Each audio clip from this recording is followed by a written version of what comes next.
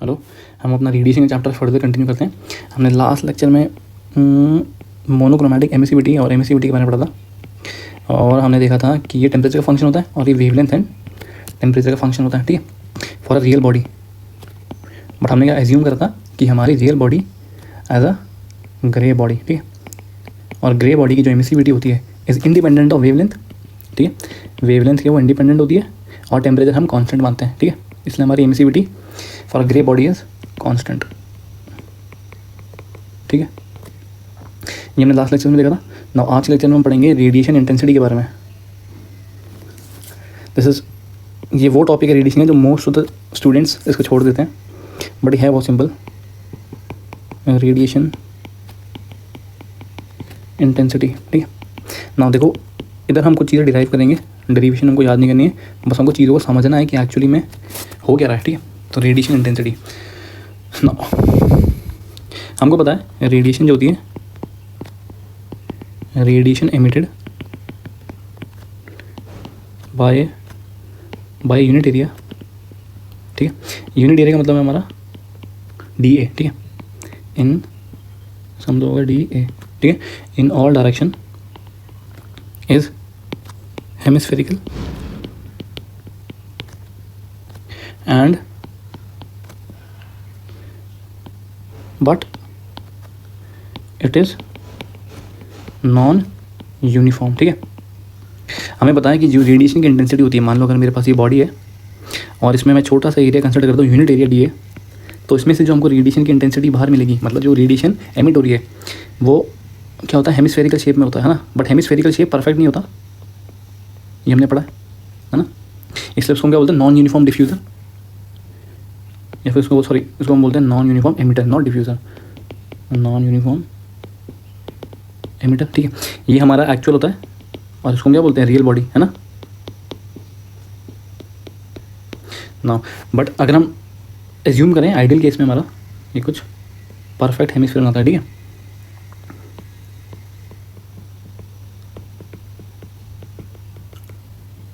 ये कौन सा केस है, हमारा आइडियल केस है। और आइडियल केस के लिए हमने क्या बोला है, हमारी क्या होती है, ब्लैक बॉडी, ठीक है। मतलब जो ब्लैक बॉडी होती है उसको हम क्या बोलते हैं, डिफ्यूज़ बॉडी, या फिर इसको डिफ्यूज़ एमिटर बोलते हैं, ठीक है। और हम एज्यूम करते हैं कि जो हमारी ग्रे बॉडी होती है वो भी क्या होती है हमारी, ये हमारा एजम्पशन है, इसको हम बोलते हैं डिफ्यूज़ बॉडी, या फिर इसको हम बोलते हैं डिफ्यूज़ एमिटर, ठीक है।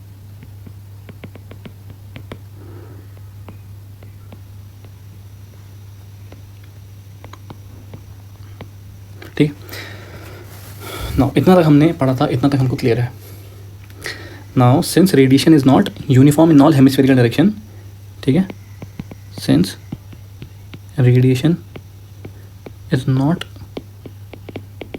यूनिफॉर्म इन ऑल, एक सेकेंड में थोड़ा सा नीचे कर देता हूँ, in all hemispherical direction,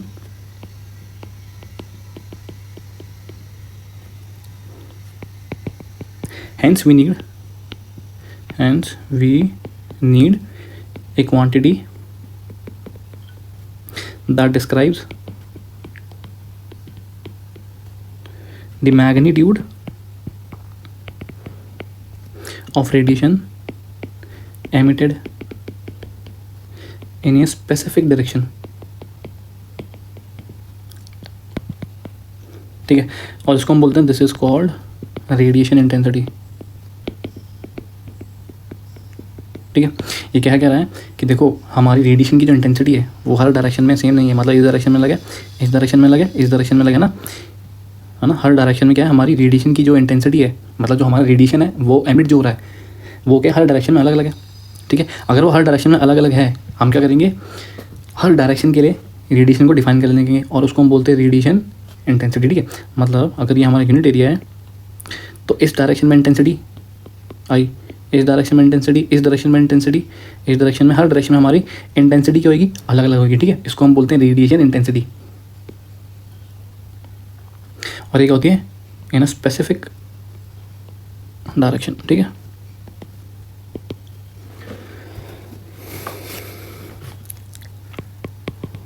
since radiation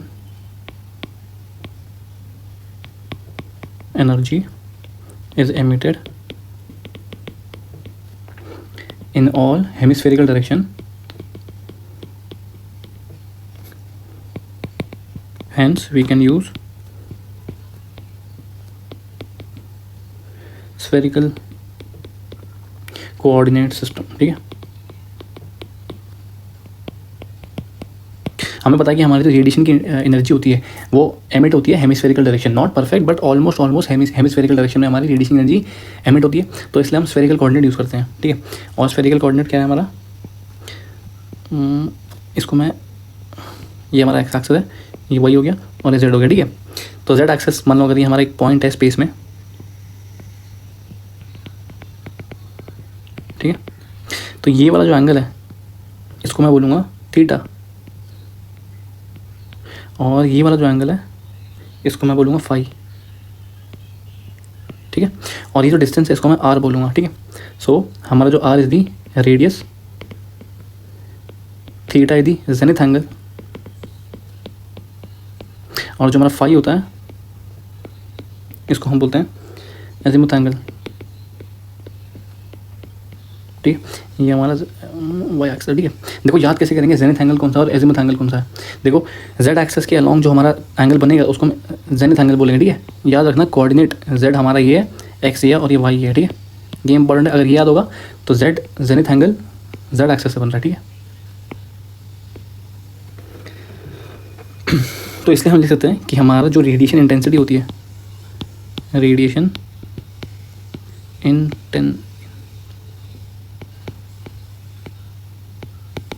ठीक है, इसको हम आई से लिखते हैं, ये the function of theta comma phi. ठीक है, ये हमारा जेनिथ एंगल और एजिमुथ एंगल के फंक्शन होता है, तो देयरफॉर हम इसको आई थीटा कॉमा फाई लिखते हैं। ठीक है, और इसकी यूनिट होती है वॉट पर मीटर स्क्वायर इंटू में स्टर रेडियन। ठीक है, इसको हम बोलते हैं स्टर रेडियन। देखो, और स्टर रेडियन किसकी यूनिट होती है हमारी, यूनिट ऑफ सॉलिड एंगल। तो इसका मतलब हमको सॉलिड एंगल के बारे में भी पढ़ना पड़ेगा कि हमारा सॉलिड एंगल होता क्या है। ठीक है, तो सॉलिड एंगल पढ़ने से पहले सबसे पहले हम क्या करेंगे, इस स्फेरिकल कोऑर्डिनेट सिस्टम में हम अपना एक सरफेस यूनिट सरफेस एरिया या फिर डिफरेंशियल सरफेस एरिया को डिफाइन करेंगे। ठीक है, तो सबसे पहले हम वही डिफाइन करते हैं। मान लो हम इसको बोलते हैं डिफरेंशियल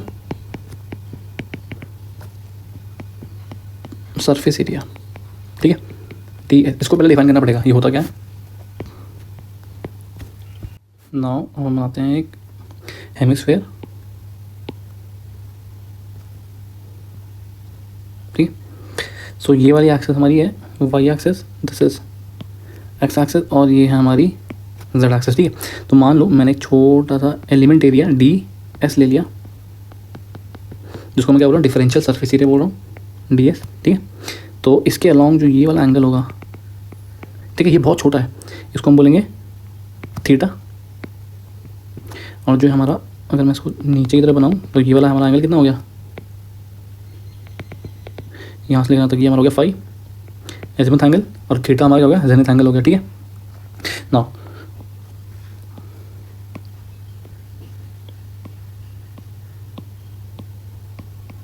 ठीक है, ये हमारा क्या डी एस है। अगर हमको ये वाली लेंथ और ये वाली विड्थ हमको मिल गई तो हम डी एस को डिफरेंशियल फॉर्म में लिख सकते हैं। ठीक है, तो सबसे पहले हमको इन दोनों को निकालना है। इसको कैसे निकालेंगे, मान लो अगर ये हमारा वाई एक्सिस है,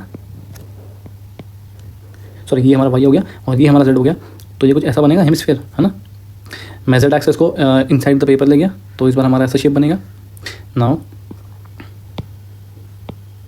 अगर ये हमारा डी एस की लेंथ है, ठीक है, मतलब ये वाला पोर्शन, इसको कैलकुलेट कर रहे हैं पहले हम। ठीक है, मतलब ये वाला पोर्शन, ठीक है, तो इसलिए मैंने एक्स एक्सिस को with in inside the paper दिखाया है। तो इस टाइम हमारा ये डिस्टेंस हमको पता है आर होता है, ये हमारा रेडियस आर होगा, ये वाला एंगल क्या होगा, जेनिथ एंगल थीटा होगा। ठीक है, so this is R D theta, तो ये हमारा किसके बराबर हो जाएगा, आर डी थीटा के बराबर। ठीक है, ना अब हमें क्या निकालना है, अब हमें निकालना है ये वाली विड्थ, ये निकालना है। अगर हम ये कैलकुलेट कर लेंगे तो हम डी एस को निकाल सकते हैं। ठीक है, तो इसके लिए हम क्या करेंगे, सबसे पहले हम दिखाते हैं टॉप व्यू से। टॉप व्यू का मतलब ये हमारा हो गया X axis and this is Y axis. Top से भी कैसे दिखेगा, ऐसा दिखेगा, ठीक है। देखो होगा तो पूरा हेमिस्फीयर, सॉरी पूरा सर्कल होगा, बट हम सिर्फ देखो होगा तो पूरा ऐसे सर्कल की तरह शेप में होगा, बट हम सिर्फ इस वाले कोऑर्डिनेट की बात कर रहे हैं, सॉरी इस वाले, ठीक है, रीजन की बात कर रहे हैं। सो अगर मैं इसको देखूं तो ये हमारा जेड एक्स एक्सिस के लॉन्ग हमारा कौन सा एंगल होता है, हमारा एंगल सॉरी ये हमारा एंगल कौन सा हो गया, फाई हो गया, एजिमुथ एंगल हो गया, ठीक है। और अगर हम मान लो हमारा ये वाला विड्थ है, डी एस की विड्थ है, तो इसका मतलब यहाँ से लेकर यहाँ तक ये वाला जो एंगल होगा इसको मैं क्या बोलूँगा, उसको मैं बोलूँगा डी फाई, ठीक है। और सिंस पहले वाले केस में ये हमारा आर के बराबर था, ये अब हमारा आर साइन थीटा के बराबर होगा। क्यों होगा आर साइन थीटा के बराबर, इसको थोड़ा सा हम देखते हैं। देखो ये हमारा एक्स एक्सिस वाई और ये हमारा जेड एक्सिस हो गया। अगर मैं इसको डी एस बोलूँ, है ना, है तो हमारा यूनिट एरिया ही, पॉइंट एरिया ही है ना। This angle was D, sorry this angle was theta, नहीं sorry this angle was phi and this angle was theta, ठीक है। सो ये वाला डिस्टेंस जो है ना, ये यहाँ से लेकर यहाँ तक ये वाला डिस्टेंस, ये देखो ये तो आर है, तो ये कितना हो गया आर कॉस थीटा हो गया, और ये वाला कितना हो गया आर साइन, सॉरी ये वाला हो गया हमारा आर साइन थीटा हो गया, और ये वाला हो गया हमारा आर कॉस थीटा, ठीक है। तो ये जो डिस्टेंस है ना, ये वही डिस्टेंस है यहाँ से लेकर यहाँ तक, ठीक है। मतलब अगर हम डायग्राम में देखें तो डायग्राम में अगर ये हमारा थीटा है तो ये वाला डिस्टेंस, ठीक है, this is R sine theta, ठीक है। ये आर साइन थीटा हो गया, और ये वाला जो एंगल है, ये छोटा सा एंगल, ये क्या हमारा, दिस इज डी फाई, ठीक है, and this is R sine theta, ठीक है। तो यही बताने की कोशिश कर रहा हूँ मैं। तो उसका मतलब ये जो होगा हमारा डिस्टेंस कितना होगा, R sine theta D phi, ठीक है। So this is R sine theta D phi. तो हमको यहाँ तक कोई प्रॉब्लम नहीं है, तो हम लिख सकते हैं देयरफॉर हमारा जो डी एस है वो कितना हो गया, R square sine theta D phi, ठीक है। देखो अगर मैं इन दोनों को मल्टीप्लाई करूँगा तो हमारा डी एस ही तो आएगा, है ना, तो वही लिखा है मैंने। नाउ जो हमारा एंगल थीटा है वो कहाँ से, उसकी रेंज क्या है, उसकी रेंज है हमारी 0 to π/2, ठीक है। और जो हमारा फाई है उसकी रेंज है 0 to 2π, ठीक है। कैसे, इसको थोड़ा रेंज को हम समझते हैं, ऊपर डायग्राम से देख लेते हैं। देखो ये जो हमारा फाई है, इस पॉइंट पे कितना है, इस पॉइंट में फाई इक्वल टू 0 है, ठीक है। तो ये जो फाई है हमारा, ये पूरा का पूरा 360 डिग्री घूम सकता है ना। हेमिस्फीयर कैसे होता है, हेमिस्फीयर इस शेप का होता है ना। तो ये वाला एंगल जो है, this is phi equal to 0, तो ये पूरा ऐसे लेकर यहाँ तक आ जाएगा, तो 360 डिग्री हो गया 2π। तो वही क्या हो गया हमारा, सॉरी अगर ये हमारा पॉइंट है तो phi angle, this is phi equal to 0, ठीक है। ये से पूरा रोटेट करके वापस आएगा, तो फाई इक्वल टू 360 हो जाएगा फिर, है ना। तो ये हमने फाई डिफाइन कर लिया। अब हम बात करते हैं थीटा की। थीटा कैसे होता है, थीटा इज दिस एंगल, तो थीटा यहाँ पर कितना है, थीटा इक्वल टू 0, ठीक है। और ये यहाँ से लेकर यहाँ तक आ जाएगा, तो यहाँ कितना हमारा, थीटा इक्वल टू 90 डिग्री है। और फिर अगर हम फाई ऐसे करके घुमाएंगे तो इस प्लेन को पूरा घुमाएंगे। देखो ये वाला जो प्लेन है, ये वाला जो प्लेन है, इसको हम पूरा घुमाएंगे 360 डिग्री, तो हमें हेमिस्फीयर मिल जाएगा, है ना, हेमिस्फीयर की शेप मिल जाएगी। तो इसलिए हमारा थीटा जो है 0 to π है, और हमारा जो फाई है वो 0 to 2π है, ठीक है। तो यहाँ तक हमने डी एस हमारा जो था डिफरेंशियल सरफेस एरिया वो हमने कैलकुलेट कर लिया। नाउ नेक्स्ट हम सॉलिड एंगल की बात करते हैं। अब सॉलिड एंगल ये क्या होता है, नाउ सबसे पहले सॉलिड एंगल को हम सिंबल से डिनोट करते हैं ओम, है ना। तो उसकी यूनिट होती है हमारी स्टर रेडियन। इसका फॉर्मूला होता है सरफेस एरिया अपॉन में आर स्क्वायर। अब सवाल आता है किसका सरफेस एरिया और कौन सा रेडियस, है ना। तो अगर मैं एक स्फीयर बनाऊं, ठीक है, हमारा स्फीयर है, उसका जो सेंटर है वो ओरिजिन है 0,0,0, ये हमारा वाई एक्सिस हो गया, this is x and this is Z axis, ठीक है। तो सरफेस एरिया का मतलब मान लो इसमें हमने यहाँ पर छोटा सा सरफेस एरिया ले लिया, ठीक है। तो वो वाला सरफेस एरिया कंसिडर करेंगे। और आर स्क्वायर हो गया हमारी रेडियस, ठीक है, रेडियस होता स्फीयर। तो हमारा जो सॉलिड एंगल का फॉर्मूला होता है this is surface area upon में आर स्क्वायर, ठीक है। तो इसका मतलब जो ये हमारा एरिया है छोटा सा, ये आर हो गया and this is surface area. So solid angle is equal to surface area by are square, ठीक है। नाउ सॉलिड एंगल में एक इंपॉर्टेंट चीज़ और है कि जैसे मैं अपना सरफेस एरिया इंक्रीज करूँगा, when surface area is increased, ठीक है, सॉलिड एंगल इंक्रीज, ठीक है। नाउ अगर मान लो मैंने सरफेस एरिया पूरा ले लिया, मतलब हमारा सरफेस एरिया ऑफ स्फीयर, मतलब मैंने पूरा का पूरा एरिया कंसिडर कर दिया, तो उस टाइम हमारा सॉलिड एंगल किसके बराबर होगा, मतलब सॉलिड एंगल ऑफ स्फीयर कितना होगा, स्फीयर का सरफेस एरिया कितना होता है 4 pi r square divided by are square. तुम्हारा कितना हो जाएगा, ये 4 पाई के बराबर हो जाएगा, ठीक है। और अगर मैं बोलूँ सॉलिड एंगल ऑफ हेमिस्फीयर, तो हेमिस्फीयर का सरफेस एरिया कितना होता है 2 pi r square divide by are square, तो कितना हो जाएगा ये 2 पाई, ठीक है। और अगर मेरे को एक छोटे से इस वाले का सॉलिड एंगल निकालना है, ये अगर हमारा सेंटर है, तो ये वाला एरिया कंसिडर करूँगा मैं डिवाइड बाई आर स्क्वायर, ठीक है। तो ये हमारा बेसिक फॉर्मूला है। नाउ हमने पीछे ऊपर इसके ऊपर हमने क्या देखा था, इसके ऊपर देखा था ना यूनिट सरफेस एरिया या फिर डिफरेंशियल सरफेस एरिया। तो उसके लिए हमारा सॉलिड एंगल किसके बराबर हो जाएगा, ठीक है। देखो सॉलिड एंगल का सिंबल हम W से लिखते हैं, ज़्यादा बेटर होगा। तो DW इज इक्वल टू कितना हो जाएगा, DS अपॉन में आर स्क्वायर, ठीक है। और DS हमारा किसके बराबर था, R square sine theta D theta D5, R square sine theta D theta D5 divide by are square, ठीक है। So therefore DW is equal to sine theta D theta D5, ठीक है। ये हमारा डिफरेंशियल सॉलिड एंगल का formula हो गया, ठीक है। अच्छा एक चीज़ और, अगर मैं इस फॉर्मूले को, ये हमारा डिफरेंशियल फॉर्मूला है, इसको अगर मैं इंटीग्रेट कर दूँ तो हमारा जो सरफेस एरिया होगा वो कितना आएगा 2 पाई आर स्क्वायर के बराबर है, ठीक है। कंडीशन क्या है, हमारा थीटा और फाई वेरी करता है 0 to π/2 और 0 to 2 पाई के, ठीक है। मतलब ये हमारा सरफेस एरिया ऑफ हेमिस्फीयर तो है, ठीक है।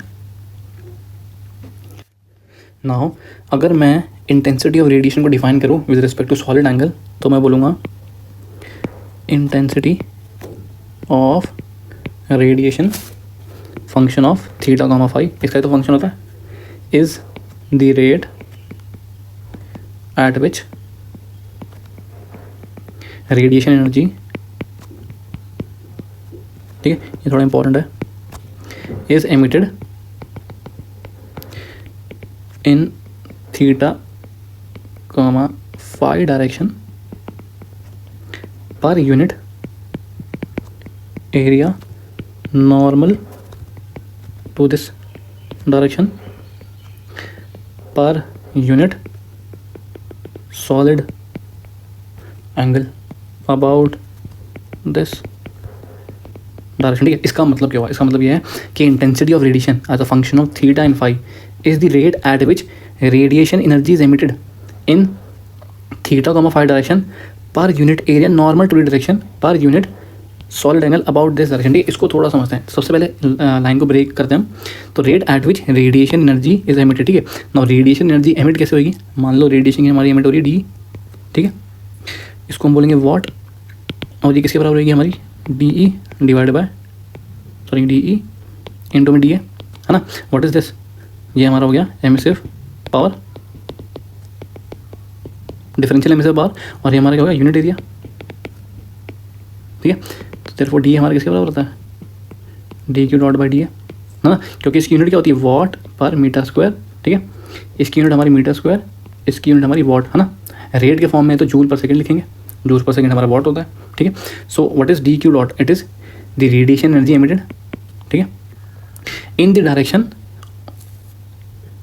Theta comma phi per unit normal to the direction. अब ये बहुत इंपॉर्टेंट टर्म है, per unit normal to the direction. देखो इसका मतलब क्या है, अभी तक हमने देखा था कि अगर ये हमारा जेड एक्सिस है, ये हमारा वाई एक्सिस है, और ये हमारा एक्स एक्सिस है, तो ये हमारा यूनिट एरिया था DA, है ना। तो ये जो यूनिट एरिया था इसको मैं कुछ ऐसे करके दिखा रहा हूँ DA, ठीक है। ना अब हमने यहाँ पर अपना DS दिखाया था, DS surface area, differential surface area DS, ठीक है। तो ये वाला एंगल कितना था हमारा थीटा था, ठीक है। Now what is unit area normal to this direction, इसका मतलब होता है DAN, इसको हम बोलते हैं unit area normal to this direction, ठीक है। और ये कितने बार होता है, DAN is equal to DA cos theta, ठीक है। कहने का मतलब देखो अब की बार हमारी डायरेक्शन कैसी है, मतलब यहाँ से मान लो इंटेंसिटी आई निकल रही है, ये हमारा DS है, तो ये जो हमारा DA एरिया है ये इस डायरेक्शन के नॉर्मल होना चाहिए। अभी हमारा जो DA एरिया है वो हमारा Z एक्सेस के नॉर्मल है ना, बट अब हमें इस DA एरिया को थोड़ा टिल्ट करना पड़ेगा। तो फिलहाल अभी ऐसा था, अब हम इसको थोड़ा सा टिल्ट कर देंगे तो ये कुछ ऐसा हो जाएगा, है ना। तो अब ये डायरेक्शन किसके होगा, आई के डायरेक्शन के लॉन्ग है, ठीक है। सो ये वाला जो एरिया लेंगे, ये वाला एरिया कंसिडर करते हैं हम। So this area is DAN and this angle is theta, और नीचे वाला सरफेस कितना था, DA था वो, so this is DA cos theta, ठीक है। सो मैं यहाँ लिख सकता हूँ therefore I as a function of theta and phi is equal to DQ dot divided by DAN into में DW। इसमें हमारा DQ डॉट क्या, हमारा radiation energy emitted by the body, DAN is the unit area normal to the direction of intensity, ठीक है। जैसे मान लो हमने पे पढ़ा था इंटेंसिटी की जो डायरेक्शन होगी उसी डायरेक्शन के नॉर्मल में हम कंसिडर करेंगे DAN, and DW is the solid angle, differential solid angle, ठीक है। तो इंटेंसिटी क्या होता है हमारा, intensity of radiation, intensity of radiation is rate at which the radiation energy is emitted, ठीक है। तो radiation energy is emitted is DQ dot in theta and phi direction और unit area normal to this direction, ठीक है। अब ये direction पर unit area normal to this direction क्या हो गया, DAN हो गया, ठीक है, टू दिस डायरेक्शन पर यूनिट सॉलिड एंगल, ठीक है। तो हमारा फॉर्मूला ये होता है, ठीक है। नाउ अब हमने पढ़ा है कि जो हमारा DQ होता है वो क्या होता है हमारा, अगर हम उसको DA से डिवाइड कर देंगे तो हमारा DA मिल जाता है, इंटू में ये क्या हो गया cos थीटा इंटू में, और DW कितना होता है हमारा, DW is sine theta D theta D phi, ठीक है। नाउ जो ये वाला टर्म है ये हमारा हो जाएगा DE, है ना, MSF पावर। तो therefore intensity as a function of theta and phi is equal to DE divided by cos theta into में साइन थीटा इंटू में D थीटा D फाई, ठीक है। ये हमारा किसका फॉर्मूला हो गया, इंटेंसिटी का। तो यहाँ से मैं MSF पावर लिख सकता हूँ, हमारी MSF पावर क्या होगी, intensity as a function of theta comma phi into में cos थीटा इंटू में साइन थीटा इंटू में D थीटा इंटू में D फाई, ठीक है। ये हमारा डिफरेंशियल फार्मूला हो गया for MSF power using intensity, ठीक है। नाउ अब हम बात करेंगे डिफ्यूज बॉडी के बारे में। यहाँ पर देखो हमारी दो डिफ्यूज बॉडी क्या होती है, हमारी वो बॉडी होती है जिसकी intensity in any direction is same, उसको हम क्या बोलते हैं, उसको हम डिफ्यूज बॉडी बोलते हैं। और हमारा परफेक्ट हेमिस्फीयर बनता है, मतलब इंटेंसिटी इस डायरेक्शन में या इस डायरेक्शन में हमारी इंटेंसिटी क्या है, हमारी सेम है, and it is constant, hence I is not a function of theta comma phi, ठीक है। मतलब हमारा जो इंटेंसिटी है वो हमारा एंगल का फंक्शन नहीं है फॉर डिफ्यूज बॉडी, है ना। और हमने एक और चीज़ पता है कि हमारी डिफ्यूज बॉडी कौन सी होती है, ब्लैक बॉडी को हम डिफ्यूज बॉडी बोलते हैं, है ना। और जो हमारी ग्रे बॉडी होती है उसको हम एज्यूम करते हैं, तो उसके आगे लिख देते हैं हम एज्यूम, ठीक है। सो देयरफॉर हमारा जो ई हो जाएगा will be equal to integration of, देखो यहाँ पर से अगर मैं इंटीग्रेटिव फॉर्मूला में लिखूँ तो एक हो जाएगा I theta comma phi cos theta sine theta D theta D phi, ठीक है। और डबल इंटीग्रेशन होगा क्योंकि हमारे दो डिफरेंशियल आ रहे हैं angle D theta and D phi, ठीक है। और थीटा हमारा 0 to 2π/2 से है, और हमारा जो फाई है वो 0 से लेकर 2π तक का है, ठीक है। नाउ इस केस में हमारा जो आई थीटा कॉमा फाई है ये हमारा कांस्टेंट है, ये हमारा फंक्शन है ही नहीं। So E will be equal to I 0,2π से लेकर 0,π/2 cos theta sine theta D theta D phi, ठीक है। सो जब मैं इतने वाले टर्म को जब मैं इंटीग्रेट करूँगा तो हमारा ई जो होगा MSF पावर वो आ जाएगी हमारी आई इंटू में पाई, ठीक है, के बराबर, where I is the intensity and for a diffuse body I is constant, है ना, हमने क्या देखा, हमारा I is not a function of angle, दोनों एंगल का theta as well as phi, इसका हमारा फंक्शन ही नहीं होता आई। और अगर हमारा आई किसी का भी फंक्शन नहीं है थीटा और फाई में से, तो इसका मतलब इंटीग्रेटिव वाले फार्मूले में हमारा आई बाहर आ जाएगा। सो मैं डायरेक्टली अगर मैं इस पार्ट को इंटीग्रेट करूँगा तो इस पार्ट का रिजल्ट आता है हमारा pi. So M S C power is equal to I into में पाई। तो अगर मैं M S C power of a black body की बात करूँ तो ये कितने का हो जाएगा, आई इंटू में intensity of a black body into a pi. So therefore intensity for a black body which is constant because black body is considered as a diffuse body is equal to sigma t to the power 4 divided by pi। ठीक है। अगर मैं grey body की बात करूँ तो grey body के लिए हमारा एमिसिव कितना हो जाएगा, emissive power is equal to I pi. ठीक है। So therefore I for grey body, देखो ग्रे बॉडी को हम क्या बोलते हैं, वो असम्पशन होता है हमारा रियल बॉडी का, है ना। हमने लास्ट लेक्चर में भी देखा था कि जो हमारी रियल बॉडी होती है उसकी एनालिसिस करने में थोड़ी दिक्कत होती है, इसलिए हम उसको ऐसा ग्रे बॉडी एज्यूम करते हैं और उसकी एमिसिविटी क्या होती है, हमारी कांस्टेंट होती है। तो उस टाइम हमारा ये वाला फॉर्मूला बन जाएगा। ठीक है। सो अगर क्वेश्चन में हमको टेम्परेचर गिवन है और हमें क्या गिवन है, सिग्मा गिवन है, सिग्मा हमारा होता है स्टीफन बोल्ट्जमैन कांस्टेंट, तो हम इंटेंसिटी निकाल सकते हैं ब्लैक बॉडी के लिए as well as grey body के लिए। ग्रे बॉडी के लिए हमको एडिशनल एमिसिविटी भी देगा। ठीक है। पाई तो हमारा 3.14 ही होता है 22/7। ठीक है। तो उसमें तो कोई दिक्कत ही नहीं है।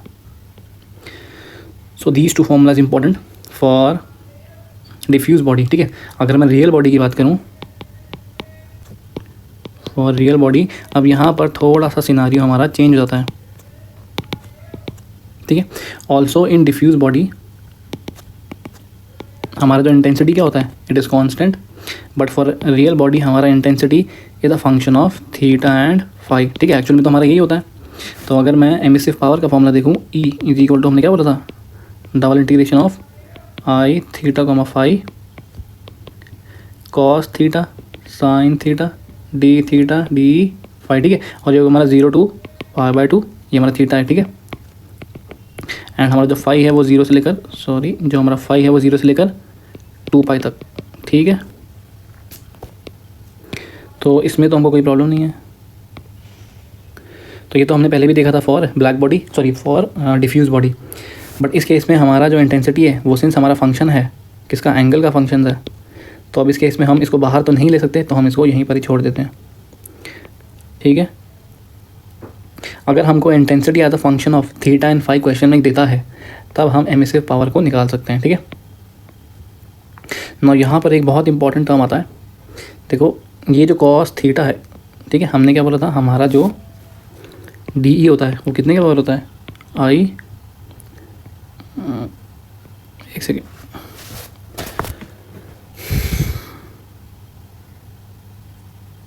हमारा जो डी होता है it is equal to I theta comma phi cos theta sine theta D phi. ठीक है। इसके बराबर होता है। हम अगर इसको इंटीग्रेट करेंगे तो हमको अपनी ऊपर वाली वैल्यू मिलेगी। ठीक है। और हमने देखा कि हमारा थीटा एंड फाई वेरी कैसे करते हैं। ठीक है। थीटा हमारा 0 to 2π करता है एंड फाई हमारा 0 to 2π करता है। ठीक है। नाउ जो हमारा ये एंगल है थीटा, ठीक है, हमने अभी बात करी थी कि हमारा जो डी ए एन होता है it is D A cos theta. ठीक है। तो इसका मतलब अगर मैं मान लूँ ये हमारा हेमिस्फेयर है, ठीक है, this is X axis, this is Y axis and this is Z axis. Now अगर मैं ये वाला सरफेस एरिया कंसिडर करूँ तो इसके लॉन्ग हमारी इंटेंसिटी ये होगी आई, है ना, थीटा कामा फाई, फिर हमारा थीटा ये होगा और फाई हमारा ये वाला एंगल होगा। ठीक है। नाउ इस केस में हमारा जो डी एन होगा वो क्या होगा, देखो जो हमारा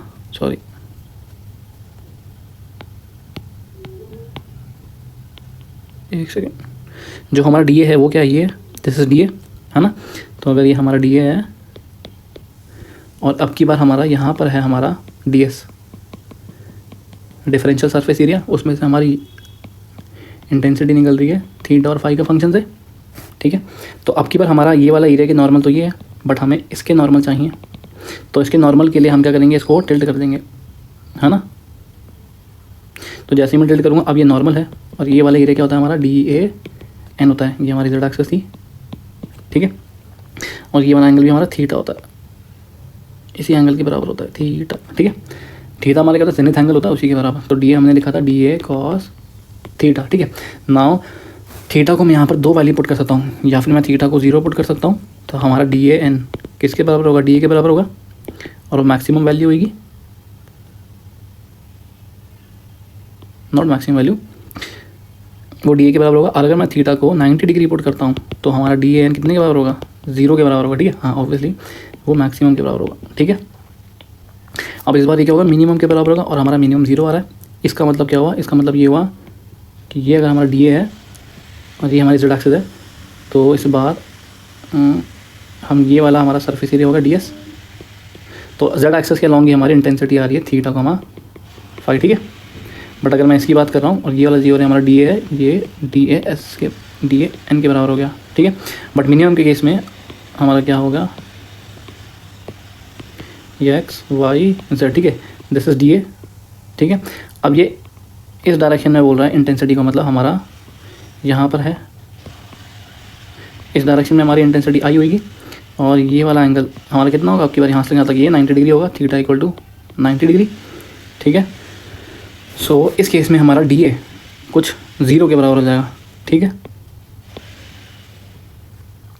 हेंस मैं लिख सकता हूँ जो हमारा डी था उसका फॉर्मूला क्या था, I as a function of theta comma phi cos theta sine theta and d theta D phi, ठीक है। सो अब यहाँ कॉस थीटा की हमारे पास 2 वैल्यू है, एक है 0 और एक है हमारी 1, है ना। जब हम थीटा को 0 पुट करेंगे तो 1 आएगा, और थीटा को 90 डिग्री पुट करेंगे तो हमारा 0 आएगा।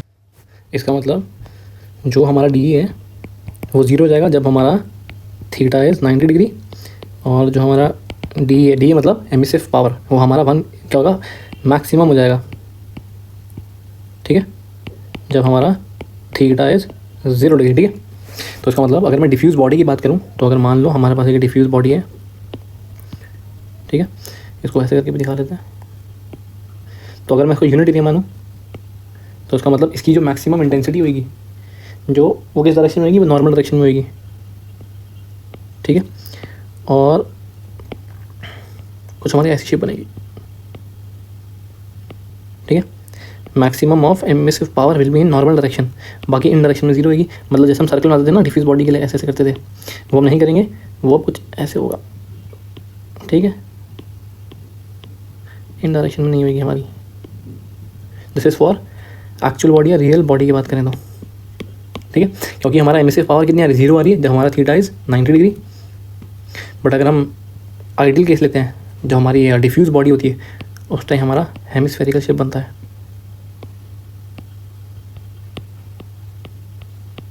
ठीक है।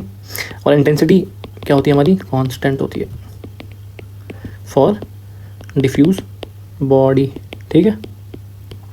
बट इस केस में हमारा intensity is a function of theta and phi, ठीक है। So this was all about intensity of radiation, ठीक है। सो आज के लिए इतना ही, thank you for the lecture.